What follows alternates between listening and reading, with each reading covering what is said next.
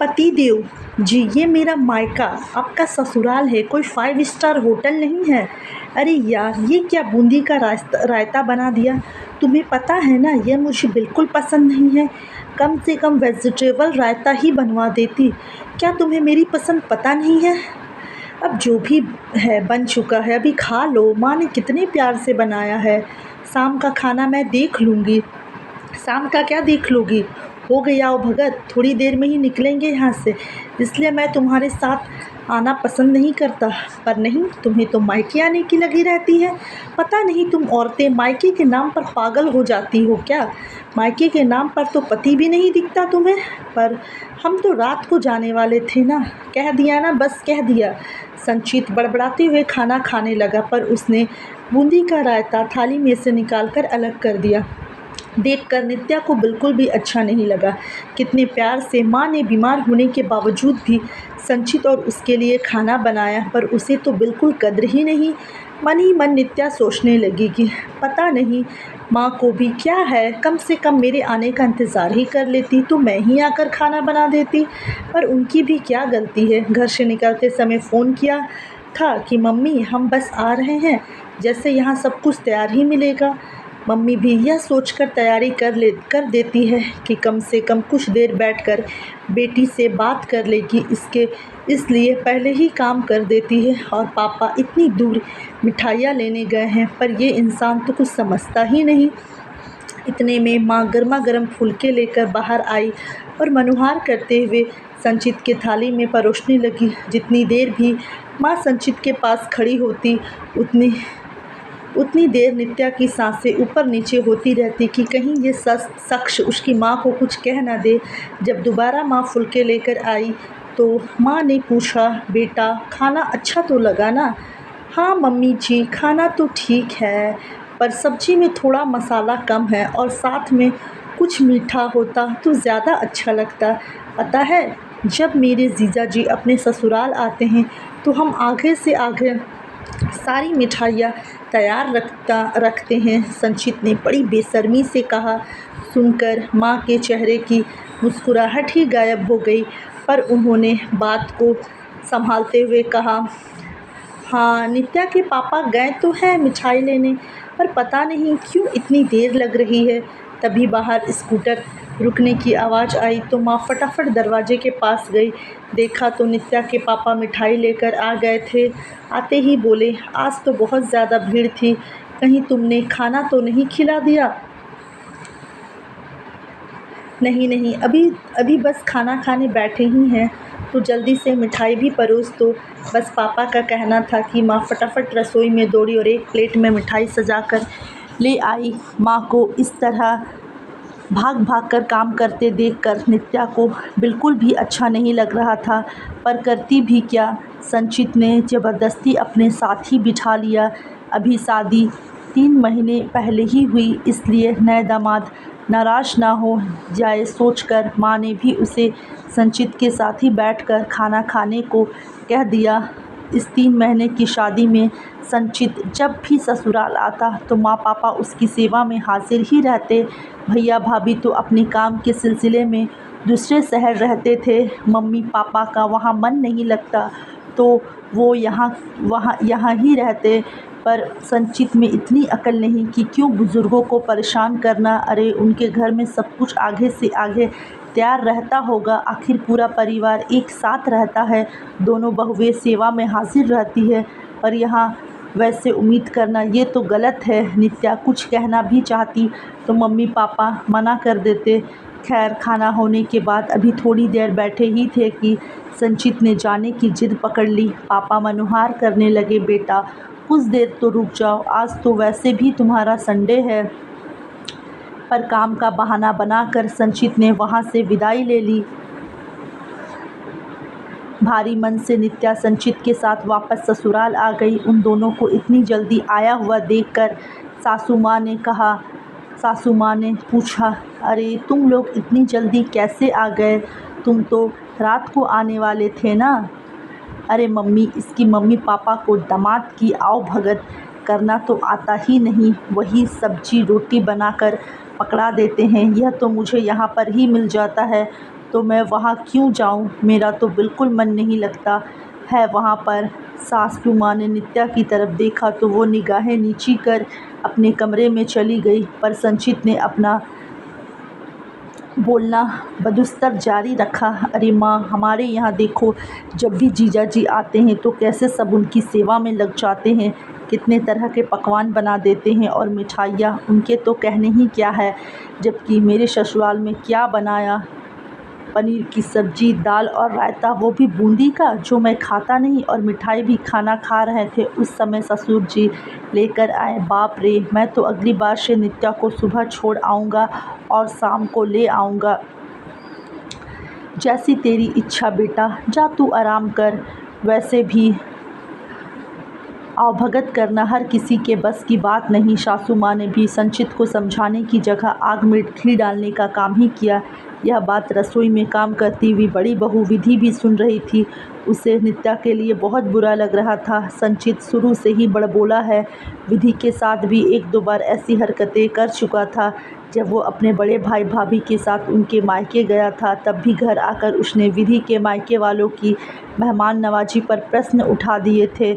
वो तो संचित के बड़े भाई अनुज समझदार थे, इसलिए बात ज़्यादा आगे बढ़ी नहीं, पर खुद के ससुराल में भी यही हरकतें। संचित नित्या के मायके से आकर उनके घर के मेहमान नवाजी के बारे में बहुत उल-जुलूल बातें करता, जिसे सुनकर सासू माँ भी आग में घी डालने का काम करती। नित्या को ये सब अच्छा नहीं लगता।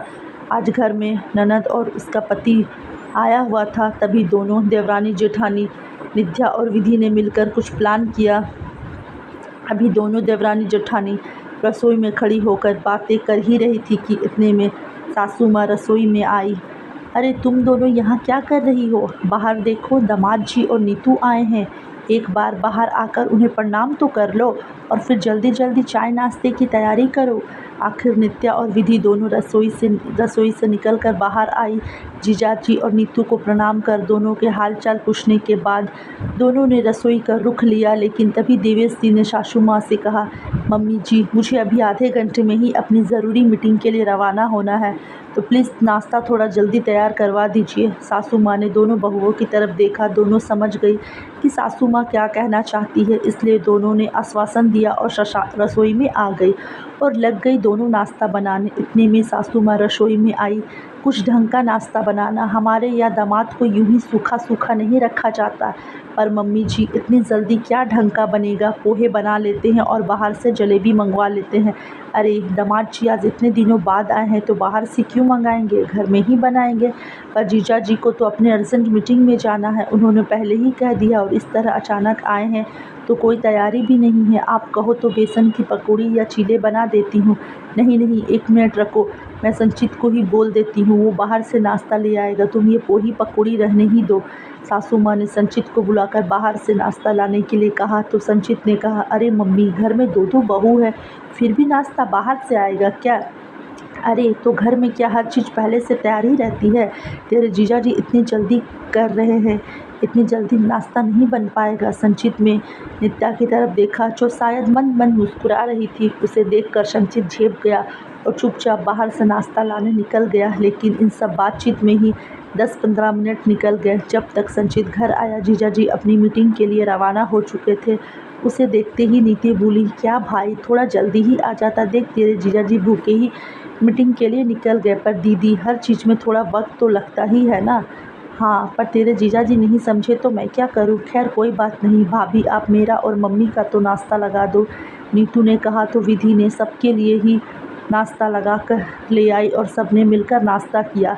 तभी सासू माँ ने कहा, दोपहर में कुछ ढंग का खाना बना लेना, बेचारे दामाद जी भूखे ही गए हैं और उन्होंने कहा है कि वो दोपहर का खाना घर पर ही खाएंगे, वैसे भी उन्हें बाहर का पछता नहीं है। सासू माँ की बात सुनकर दोनों देवरानी जेठानी मुस्कुराने लगी। विधि ने कहा, मम्मी जी क्या बनाना है आप तो मुझे ही बता दीजिए। नित्या तो रसोई में जाने से रही, वो महीने से हो गई है। अच्छा ठीक है, तुम ही बना लेना, तुम्हें तो वैसे भी दामाद जी की पसंद का पता है, कहकर सासू माँ नीतू से बात करने लगी। सुनकर नित्या ने विधि की तरफ देखा तो विधि ने उसे इशारा किया और रसोई में काम करने चली गई। पर ये क्या, थोड़ी देर बाद अचानक विधि की ज़ोर से आवाज़ आई, उई माँ, मर गई मैं तो। आवाज़ सुनकर सासू माँ और नीतू रसोई में दौड़ी चली आई। देखा तो विधि ज़मीन पर पड़ी हुई थी। अरे क्या हुआ तुझे? भली चंगी तो रसोई में आई थी। मम्मी जी, मेरा पैर स्लिप हो गया। हाय पैर, मेरा पैर, मेरी कमर। जैसे तैसे दोनों माँ बेटी ने विधि को सहारा देकर कमरे तक छोड़ गई और नित्या को बोल गई, नित्या ज़रा इसके पैर और कमर पर आयोडेक्स मल देना जब तक हम खाने की तैयारी करते हैं। दोनों माँ बेटी रसोई में चल दी। इधर नित्या आयोडेक्स लेकर कमरे का दरवाज़ा बंद कर विधि के पास आकर बैठ गई। दोनों की हंसी रुक ही नहीं रही थी, लेकिन करते भी क्या। आखिरकार बताना ज़रूरी था कि बहुओं के दम पर दूसरों की मेहमान नवाजी करना बहुत आसान होता है। खैर, दोपहर में दामाद जी घर पर आए, तब तक संचित भी घर पर आ चुका था। दोनों जीजा साले साथ में ही खाना खाने बैठे। इतने में नीतू ने देवेश जी और संचित को खाना परोसा। खाने को देखकर एक बार तो संचित का चेहरा भी बन गया। संचित खाने में दाल, चावल, रोटी, भिंडी और सब्जी और बूंदी का रायता था। वही मीठे में सूजी का हलवा था। संचित कुछ कहता इससे पहले ही देवेश जी बोल पड़े, अरे मैं ये भिंडी की सब्जी तो खाता नहीं हूँ आज। लगता है विधि यह बात भूल गई। कहते हुए देवेश जी ने भिंडी की सब्जी एक कटोरी में अलग निकाल दी। अरे मैं भिंडी की सब्ज़ी तो खाता ही नहीं, लगता है विधि ने यह बात भूल गई। कहते हुए देवेश जी ने भिंडी की सब्ज़ी एक कटोरी में अलग निकाल दी। अरे विधि भाभी को चोट लग गई है और नित्या भाभी रसोई में जा नहीं सकती थी, इस कारण से मम्मी ने खाना बनाया है। आज एक दिन भिंडी की सब्ज़ी खा लो ना। नीतू ने धीरे से कहा, देखो पहली चीज़ तो मैं भिंडी की सब्ज़ी खाता नहीं हूँ और तुम्हें पता था ना, तो तुम्हें बनवानी ही नहीं चाहिए थी। दूसरा, ये क्या सूजी का हलवा बना के रख दिया है? मुझे इतना मीठा पसंद नहीं, इसे भी निकाल दो। देवेश ने कहा तो सुनकर नीतू ने थोड़ी तहलकी से देवेश जी से कहा, पति देव, मेरा मायका आपका ससुराल है, कोई 5 स्टार होटल नहीं है जहाँ सब कुछ आपके मन के मुताबिक ऑर्डर करो और मिल जाए। सामने वाले की परिस्थितियों को भी समझना चाहिए। माँ ने बुज़ुर्ग होते हुए भी कितने प्यार से आपके लिए खाना बनाया है, और वो कोई आज के ज़माने की मिठाइयाँ तो जानती नहीं है। मुझसे भी ज़्यादा मदद नहीं ली। माँ ने बाहर से भी ऑर्डर करने से मना कर दिया कि आज तो दामाद जी को मैं अपने हाथों से खाना बनाकर खिलाऊंगी। और आप हैं कि नीतू के इतना कहते ही देवेश जी चुपचाप खाना खाने लगे। हालांकि देवेश और नीतू धीरे धीरे बात कर रहे थे, लेकिन संचित तो पास में ही बैठा हुआ था। उसे तो सब सुनाई दे रहा था, लेकिन उसने यह सोचकर कुछ नहीं कहा कि जीजा जी नाराज़ ना हो जाएं। वह चुपचाप खाना खा रहा था। आज उसने अपनी थाली में से बूंदी का रायता भी नहीं निकाला। नित्या यह सब देख रही थी और संचित उससे निगाहें नहीं मिला पा रहा था। उसे एहसास हो गया था कि उसने जो अपने ससुराल में की थी वो गलत था। तो दोस्तों, कैसी लगी आप लोग को ये कहानी? अगर अच्छी लगी होगी तो वीडियो को लाइक ज़रूर करें। चैनल पर नए आए हो तो चैनल को सब्सक्राइब कर दें, ताकि इसी तरह की रोज़ाना आप लोगों को अच्छी अच्छी ढेरों कहानियाँ सुनने को मिलती रहें।